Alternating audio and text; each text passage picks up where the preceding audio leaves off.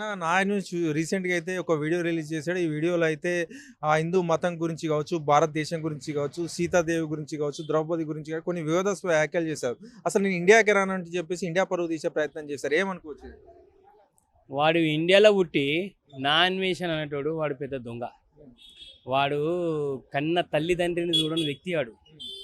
వాడు ఇండియాలో పుట్టి ఇండియాకు మన సనాతన ధర్మం గురించి, మన హిందూ ధర్మం గురించి, మన సీతాదేవి గురించి, మన రాముని గురించి వాడు తప్పు మాట్లాడుతున్నంటే వాడు చచ్చిపోవడమే బెటర్. వాడు అక్కడనే ఏదైతే ఏ దేశంలో అయితే ఉన్నాడో, నేను పర్యాటక ప్రపంచ యాత్రకుని అని చెప్పుకుంటాడు. వాడు వాడు అక్కడనే చచ్చిపోవాలి ఇక అని. అక్కడనే వాళ్ళు అని సాగు కూడా చేసేసారు. అంటే వాడి వీడియోలు చూసేదంతా మనోళ్ళే, మన తెలుగు వాళ్ళే. కానీ వాడు డబ్బు మొత్తం మన మీద సంపాదించి మన తిడుతున్నాడు. మన తెలుగు వాళ్ళే. కానీ మన తెలుగు వాళ్ళు ఎట్లా ఉంటారు అంటే వాళ్ళు నమ్ముతారు, ఈజీగా నమ్ముతాం. మన తెలుగు వాళ్ళం ఈజీగా నమ్ముతాము. కాకపోతే వాడు ఏక నంబర్ దొంగ. వాడు ఎట్లా ఉంటాడంటే వాడు ఏక నంబర్ దొంగ.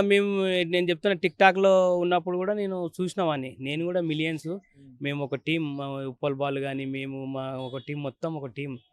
అయినా మేము ఇప్పుడు కూడా మేము మాట్లాడే విధానం చూస్తున్నారు కదా. ఇప్పుడు మా ఉప్పల్ బాల్ కానీ మా వాళ్ళంతా టీం మాట్లాడే విధానం ఎట్లుంటుంది, మేము ఒప్పుకోము ఇట్లాంటివి.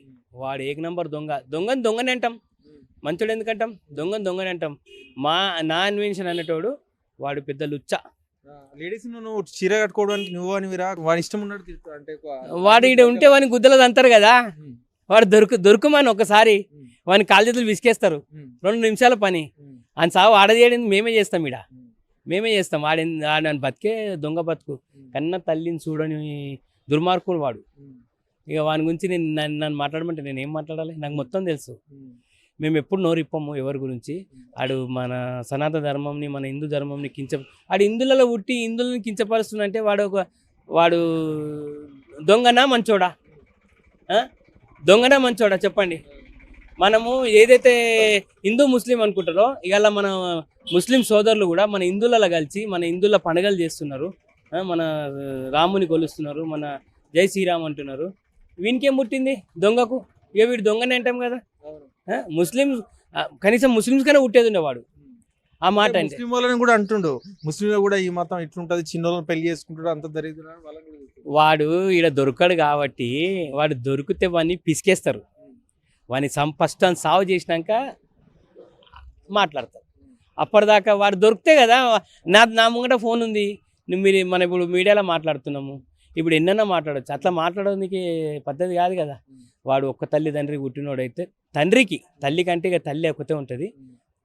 ఒక్క తండ్రికి పుట్టినోడైతే ఆ మాట మాట్లాడు. వానికి మన హిందుత్వం, మన ఇండియా మీద వానికి ఏదన్నా పైరం ఉంటే వాడు మన హిందువుల రక్తాన్ని పుడితే వానికి ఆ మాటలు రావు. వాడు మన హిందువులని కాదు, మన ముస్లిమ్స్ అయినా కూడా ఇవాళ ఎంత మంచిగా మారిర్రు, ఎంత మంచిగా ఉంటున్నాం. అందరం హాయ్ బాయ్ అని కలిసిమెలిసి ఉంటున్నాం. అందరం మంచిగా ఉంటున్నాము. ఇప్పుడు కాంగ్రెస్ గవర్నమెంట్ వచ్చినాక రేవంత్ రెడ్డి ఇప్పుడు చూస్తున్నాం కదా, పెద్ద ఆయన ఎంత మంచిగా కలుపుకొని పోతున్నాడు. ఇప్పుడు ఈ తెలంగాణ పరిపాలించాలంటే డబ్బు, ఆ డబ్బు ఎడికేం తెస్తుండో, ఎట్లా తెస్తుండో, ఏం చేస్తుండో. కానీ ఇలా గెలిచినందుకు సోనియా గాంధీది, రాహుల్ గాంధీది పేరైతే నిలబెడుతుంది కదా తెలంగాణలో. ఆయన పేరైతే నిలబెడుతుంది కదా. ఇలా తెలంగాణలో పేరు మారుమవుతుంది, కర్ణాటకలో పేరు మారుమవుతుంది, ఇక్కడ ఆంధ్రాలో పేరు మారుమవుతుంది, ఇన్ని రకాలుగా మారుమవుతుంది. మనకి ఇంకంతకంటే మంచిగా కావాల్సింది చేస్తుండే కదా. అక్కడ వాళ్ళని నొప్పిస్తుండే, ఇక్కడ మనం నొప్పిస్తుంది. ఏమంటున్నా అంటే ఎవడు శివాజీ గాడు ఎవడు, వానికి ఏం హక్కు ఉంది మాట్లాడుకుంటా అంటుండు. చీర కట్టుకోమని చీర కట్టుకుంటే రేపులు చేయరా? చీర కట్టుకుంటే రేపులు చేస్తారు. ఇన్ని రేపులు 60,000 రేపులు అయినాయి అంటుండు. అరే దొంగ అన్వెన్షన్, నువ్వు శివాజీ ఎవరంటే శివాజీ ఛత్రపతి యాదవరా? దొంగ బోసిడికే ఏక నంబర్ దొంగ. నువ్వు ఇండియాలో బతుకు రాదురామా. అన్ని పైసా ఆడెవడో ఉచ్చబోసింది తాగుకుంటే ఎరిగింది తినుకుంటా. మేము పాములను కొలుస్తాం రా, నువ్వు పాములను తింటున్నావు.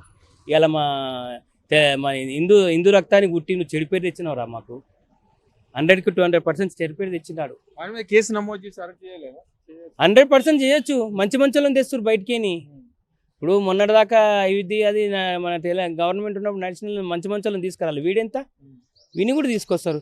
పాకిస్తాన్ టెర్రరిస్ట్ని తీసుకొచ్చి కాల్ చేస్తారు. వీడెంత?